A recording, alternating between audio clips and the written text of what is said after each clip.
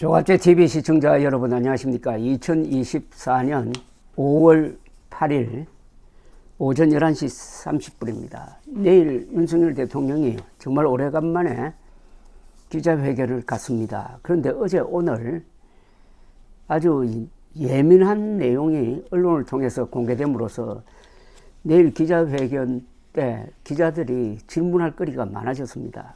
어제 한국일보는 이렇게 보도를 했습니다. 총선이 끝난 며칠 뒤 걸려온 윤 대통령의 전화가 시작되었다. 함성덕 교수는 윤 대통령이 살던 서울 서초동의 이웃으로 오랜 연을 맺어왔다. 함 원장은 이 대표와 평소 긴밀히 소통하는 임혁백 교수와 제가 막역한 사이라는 걸 알고 메신저로 낙점하신 게 아닌가 짐작할 뿐이라고 말했다. 윤 대통령은 작심한 듯 함성덕 교수에게 말을 꺼냈다. 취임 이후 2년간 8차례에 달하는 이 대표 요구를 단칼에 거절했을 때와 정반대로 달라진 태도였다.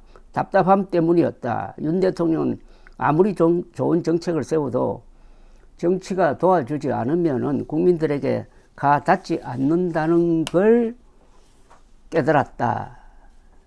강성 지지층과 참모들의 반대 때문에 그간 이 대표를 만나지 못했다는 말도 덧붙였다.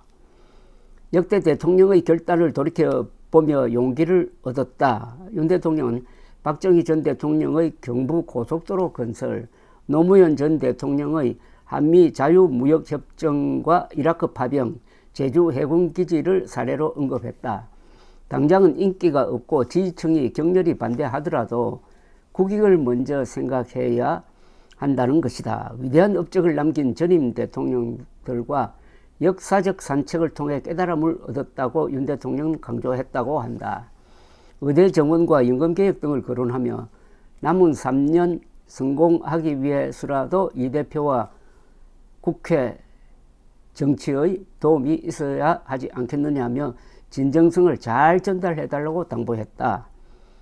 민주당이 윤 대통령의 영수회담 제안을 공식화한 것은 지난달 19일이다.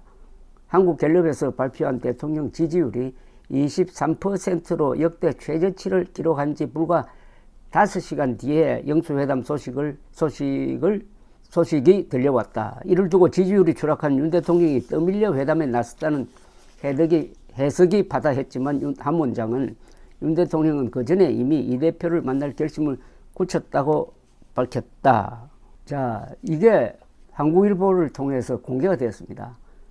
그런데 여기 함성덕 교수와 같이 이른바 비선 역할을 한 사람은 또 임혁백 교수인데, 이분은 민주당 공천관리위원장을 한 분인데, 이분도 또한 한국일보 인터뷰에 응해가지고 오고 간 사정을 이야기를 했습니다. 한국일보는 어떻게 전하고 있느냐 하면은, 이재명 대표는 협치를 넘어 공치가 필요하다는 임혁백 교수의 견해에 공감했다.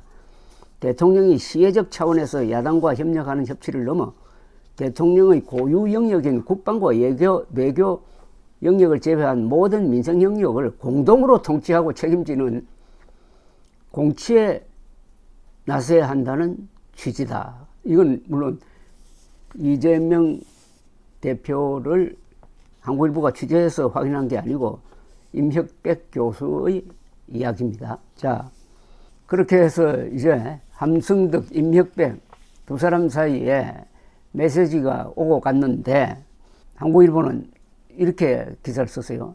윤 대통령은 국정의 동반자 이 대표에게 진정성을 보여주기 위해 국무총리 인사를 추천해달라. 이 대표와 핫라인을 구축하고 싶다. 여야 정 협의체 등 3가지를 꺼냈다고 합니다. 특히 인사와 관련해 가지고는 서로 대화를 나누는 동안에는 총리 인사를 하지 않겠다. 보수 지지층을 고려하여 야권 내에서도 중도 성향의 인사를 총리로 추천해달라. 몇 분을 알려주면은 미리 검증해 가지고 영수회담 테이블에서 결정해 보자는 등 아주 폭넓은 파격적 제안을 했다고 합니다. 임혁백 교수가 한국일보 측에 틀어놓은 이야기입니다.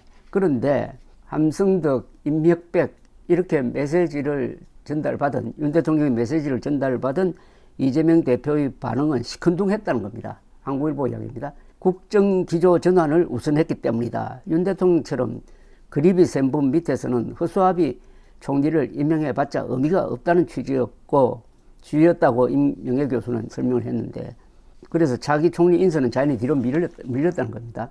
윤 대통령은 자기 대선에서 이 대표에게 불편한 인사를 대통령 비서실장 인선에서 배제하겠다는 뜻도 전했다는 겁니다. 이거는 엄청 예민한 문제입니다. 이에 이 대표는 경쟁은 많을수록 좋다면서 의외의 반응을 보였다고 합니다. 다만 이번 총선에서 맞붙었던 원희룡 전 국토교통부 장관에 대해서는 양평고속도로 특혜 의혹 관련 책임을 져야 할 인물이라며 난색을 표시했다고 합니다. 이 정도 되면은 윤석열 대통령이 이재명 대표의 무슨 부하처럼 느껴지도록 하는 기사입니다.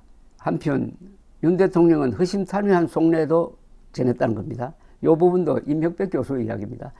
이 대표 수사는 결국 문재인 정부에서 시작된 것 아니냐. 영수회담이 쭉 이어져 앞으로 더 자주 만난다면은 골프 회동도 하고 부부 동반 모임도 하자면서 각종 유화 제스처를 보냈다. 그러나 이 대표는 국정기조 전환이 먼저이고 그에 상응하는 신뢰회복 조치가 있어야 총리 추천 등을 협조할 수 있다고 맞받았다고 합니다. 특히 이태원 사고와 최상병 순직에 연루된 내각과 대통령실 인사들에 대한 책임있는 조치를 촉구했고, 인사조치에 대해서는 윤 대통령은 아직 아무 답이 없다. 기사가 이렇게 흘러가고 있습니다. 한국일보 기사에 따르면 함성덕 교수는 이 대표를 만난 모양인데, 이 대표가 지난 대선에서 떨어진 게 차라리 잘 됐다고 하더라. 야당 대표로서 국정 경험을 더 쌓을 수 있게 돼 다행이라고 했다. 나라 걱정하는 마음은 모두 다 한마음이라고 말했다. 라고 말을 전했습니다. 이 한국일보의 특종을 둘러싸고 동아일보가 이게 보완 취재를 했습니다. 동아일보가 오늘자에서 전한 이야기의 맥락은 한국일보의 보도와 거의 같고 약간 또 구체적입니다. 동아일보는 이렇게 전했습니다. 윤 대통령, 함 원장, 임 교수, 이 대표로 연결되는 이른바 비공식 채널이 꾸려졌다는 게 임혁백 교수의 설명이다. 윤 대통령이 함 원장에게 전달한 메시지를 임 교수가 받아서 이 대표에게 전달하는 식이었다. 윤 대통령은 해당 채널을 통해 이 대표에게 국무총리 인사 추천권, 여야 정 협의체 구성 등을 제안했다고 한다. 임 교수는 윤 대통령이 향후 대통령실 인사 등 여권 개편 과정에서 이 대표의 대선 경쟁자가 될 수 있는 인물들은 배제하겠다고 제안했다고 전했습니다. 이게 가장 예민한 문제입니다. 윤 대통령이 향후 대통령실 인사 등 여권 개편 과정에서 이 대표의 대선 경쟁자가 될 수 있는 인물들은 배제하겠다고도 제안했다. 그러면은 다음 대통령 선거에서 이재명 대표가 당선될 수 있도록 정치 작업을 하겠다는 뜻 아닙니까? 이게 사실이라면은 자기가 살기 위해서 정권을 이재명에게 갖다 바치겠다는 뜻으로 아마 강성 보수층은 이해할 겁니다. 그래서 윤 대통령 탈당하라는 그런 댓글이 막 달리고 있다고 합니다. 가장 문제되고 예민한 이야기가 임혁백 교수가 한 이 발언입니다. 윤 대통령은 향후 대통령실 인사 등 여권 개편 과정에서 이 대표의 대선 경쟁자가 될 수 있는 인물들은 배제하겠다고도 제안했다는 겁니다. 그런데 더 우스운 것은 이재명 대표는 윤 대통령의 이런 제안, 이런 아주 호의적 제안, 아니 굴욕적 제안을 또 다 거의 다 거절을 했답니다. 국무총리 추천권에 대해서는 꼭두각시처럼 쓰고 버려질 총리라면 추천하지 않겠다는 뜻을 임 교수를 통해 전달했으며, 윤 대통령의 여권 개편 구상에 대해서는 경쟁자는 많을수록 좋다며 거절했다고 합니다. 윤 대통령이 그렇다면 이 대표와의 회동 성사를 위해 대통령실 비서실장과 정무수석 등은 새로 임명해도 되겠느냐고 제안했으며, 이에 대해 이 대표가 뜻대로 하시라는 뜻을 전달했다고도 합니다. 이건 또 무슨 비서실장과 정무수석 임명을 윤석열 대통령이 이재명 대표로부터 허가를 받아가지고 인사를 한 것처럼 동아일보가 지금 보도를 하고 있습니다. 윤 대통령이 이 대표에게 회동을 공식 제안한 지난달 19일 비공식 채널은 오프라인 회동을 갖기도 했답니다. 즉 이재명 대표, 함승덕 원장, 임혁백 교수는 19일 저녁 2시간가량 회동했다는 겁니다. 임 교수는 함 원장이 앞서 나를 통해 전달했던 윤 대통령의 뜻을 다시 한번 설명하는 성격의 자리였으며 이 대표는 주로 경청했다고 설명했습니다. 대통령실과 민주당 측은 비공식 채널 존재에 대해 일축하고 나섰지만은 두 사람이 말한 게 뭐 사실일 것 같다고 봐야 되지 않겠습니까? 국민의힘 당원 게시판에는 대통령이 탈당하고 이재명의 민주당으로 가라, 보수 괴멸시키려고 온 민주당의 트로이 목마냐는 등의 비판글이 수백 개 올라왔습니다. 자, 이런 비선 채널의 가동은 있을 수 있습니다. 그건 다만 공개되지 않아야 한다는 전제를 가지고 이런 비선이 움직여야 합니다.